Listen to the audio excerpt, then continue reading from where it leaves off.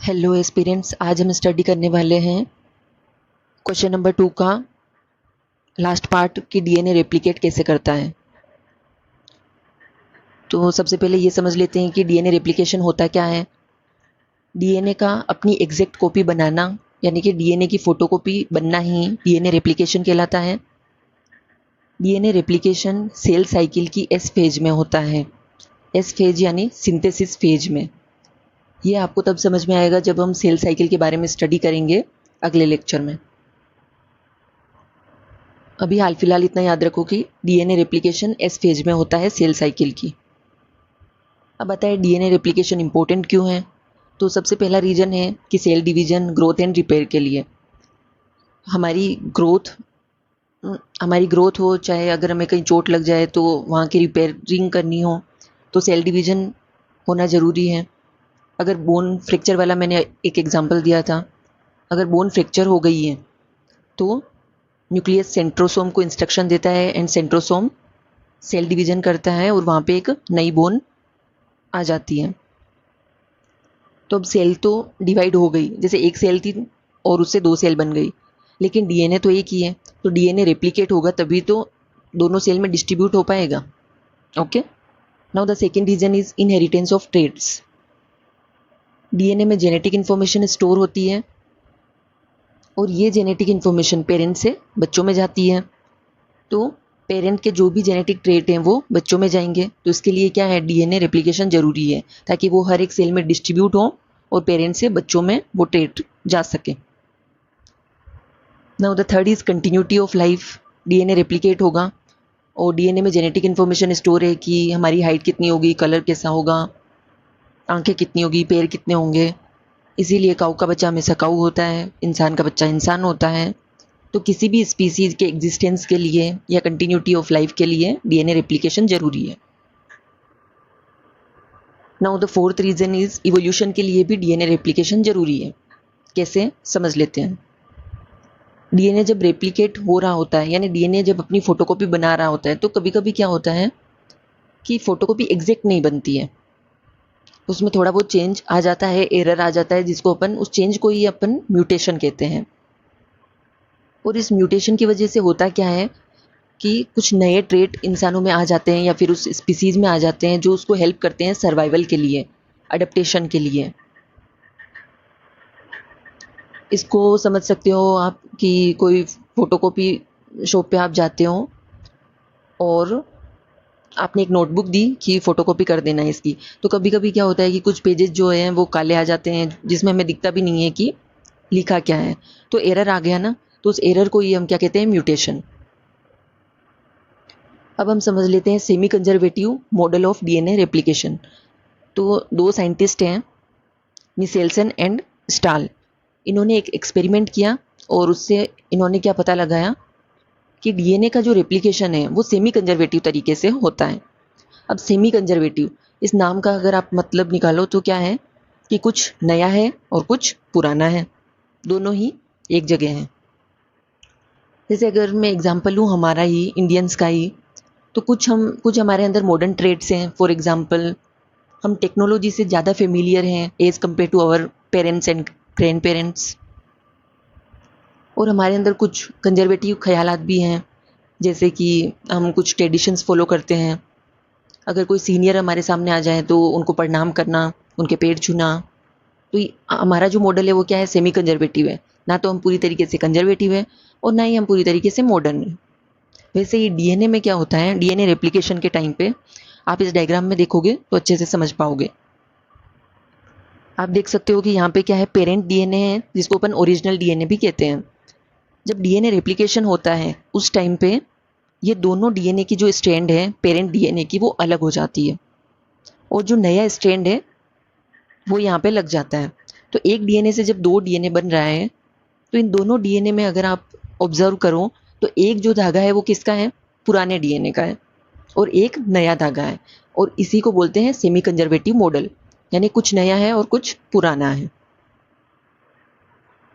अब ये समझ लेते हैं कि डीएनए रेप्लिकेशन प्रोसेस में कौन कौन से एंजाइम यूज़ होते हैं। जैसे फ़ोटोकॉपी करवाने जाते हैं तो ऐसे तो हो नहीं जाएगी, हमें क्या ज़रूरत पड़ेगी, फ़ोटोकॉपी मशीन की, नए पेजेस की।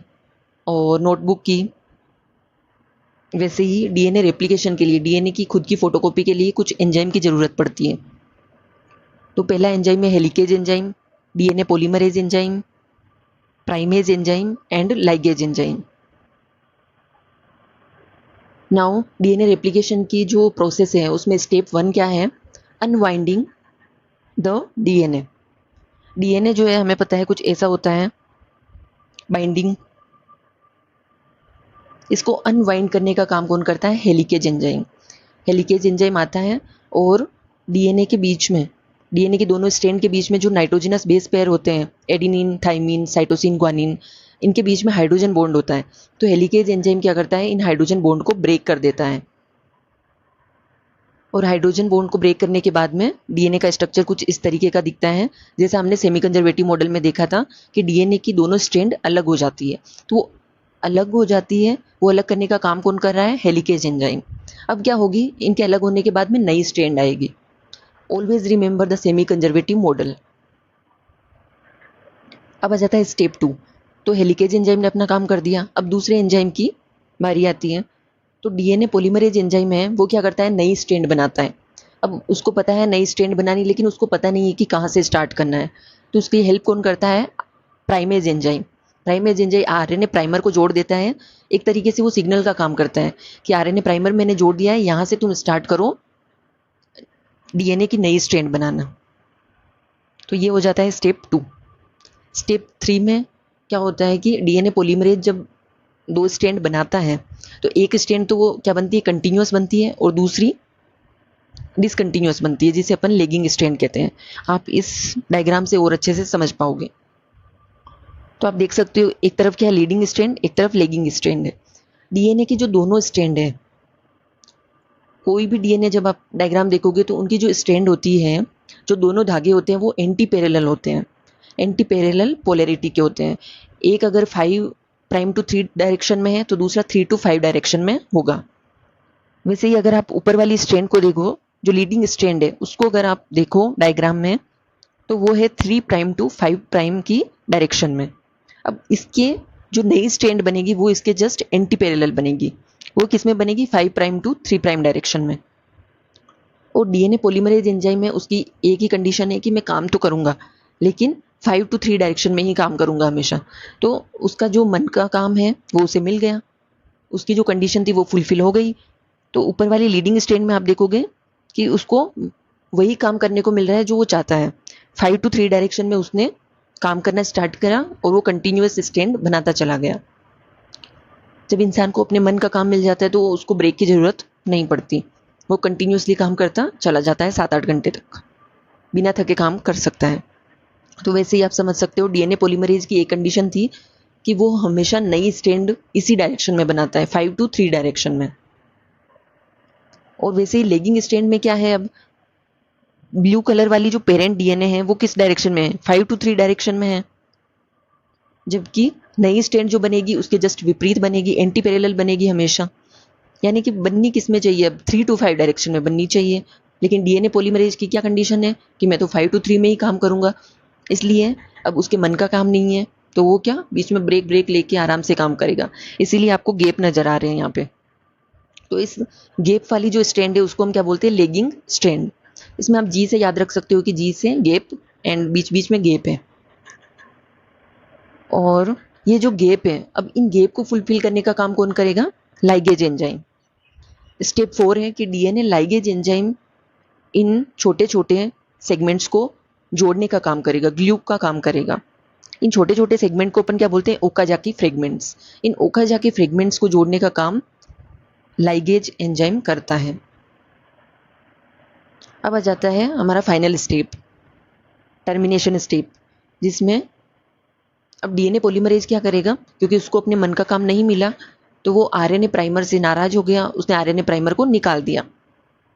जैसे उसकी कंपनी में काम करता था, आरएनए प्राइमर को उसकी पोजीशन से हटा दिया, और आरएनए प्राइमर के हटने के बाद में जो भी गैप थे उसने खुद ने ही वो फुलफिल कर दिए। इस तरीके से सारा जो डीएनए है वो क्या हो गया? एक कंटिन्यूअस स्ट्रैंड बन गई और डीएनए का रेप्लिकेशन हो गया। ये डीएनए की रेप्लिकेशन के 5 स्टेप थे। अब आ जाता है जो भी हमने पढ़ा था क्वेश्चन नंबर 1 है, आप यहाँ पे येलो बॉक्स में देख सकते हो कुछ नाइट्रोजनस बेस पेयर दे रखे हैं, थाइमीन, एडिनिन, साइटोसिन, ग्वानिन। आपको ये बताना है कि इनके जस्ट सामने कौन से बेस पेयर आएंगे। Pause the video and answer the question. तो ये है आंसर। ऐसा इसलिए है क्योंकि ए हमेशा टी के साथ बॉन्ड बनाता है और सी हमेशा जी के साथ बॉन्ड बनाता है। तो जहाँ पे भी टी है सामने ए लिख दो, ए है टी लिख दो, सी है तो जी लिख दो, जी है तो सी लिख दो। तो ए टी और सी जी यही कॉम्बिनेशन चलेगा। तो इस तरीके से आप नाइट्रोजनस बेस पेयर बना सकते हैं। क्वेश्चन नंबर 2 है कि डीएनए रेप्लिकेशन सेल साइकिल की कौन सी फेज में स्टार्ट होता है? आंसर इज एस फेज में, सिंथेसिस फेज में। क्वेश्चन नंबर 3 है कि डीएनए रेप्लिकेशन प्रोसेस में कौन कौन से एंजाइम काम में आते हैं, उनके नाम बताइए। तो हेलिकेज एंजाइम काम में आता है, DNA polymerase enzyme, primase and ligase enzyme. Okay, जो भी आपने पढ़ा है उसको रिवाइज करते रहो। See you in the next lecture. 2-3 बार रिवाइज करोगे तो और अच्छे से आपको समझ में आ जाएगा। जय हिंद, जय भारत।